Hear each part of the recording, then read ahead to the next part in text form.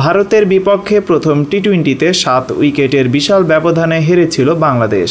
ম্যাচের সবচেয়ে হাইলাইটেড অংশ হচ্ছে বাংলাদেশের ব্যাটিং ইনিংস। টি-20 ক্রিকেটের এই যুগে এসে ভারতের মতো শক্তিশালী ব্যাটিং লাইনআপকে 128 রানের টার্গেট দিয়েছিল বাংলাদেশ।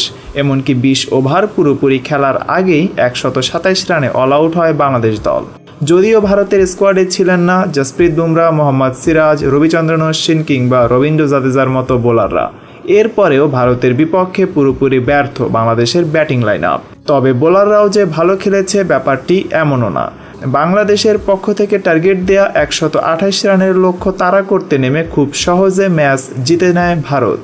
লক্ষ্যে পৌঁছাতে মাত্র 11 ওভার 5 বল খরচ হয়েছে ভারতের। প্রথম ম্যাচের হতাশা ভুলে গিয়ে দ্বিতীয় ম্যাচেও মাঠে নামছে বাংলাদেশ দল। দিল্লিতে ভারতের বিপক্ষে মূল একাদশে কারা থাকছেন সেটিই দেখা যাক।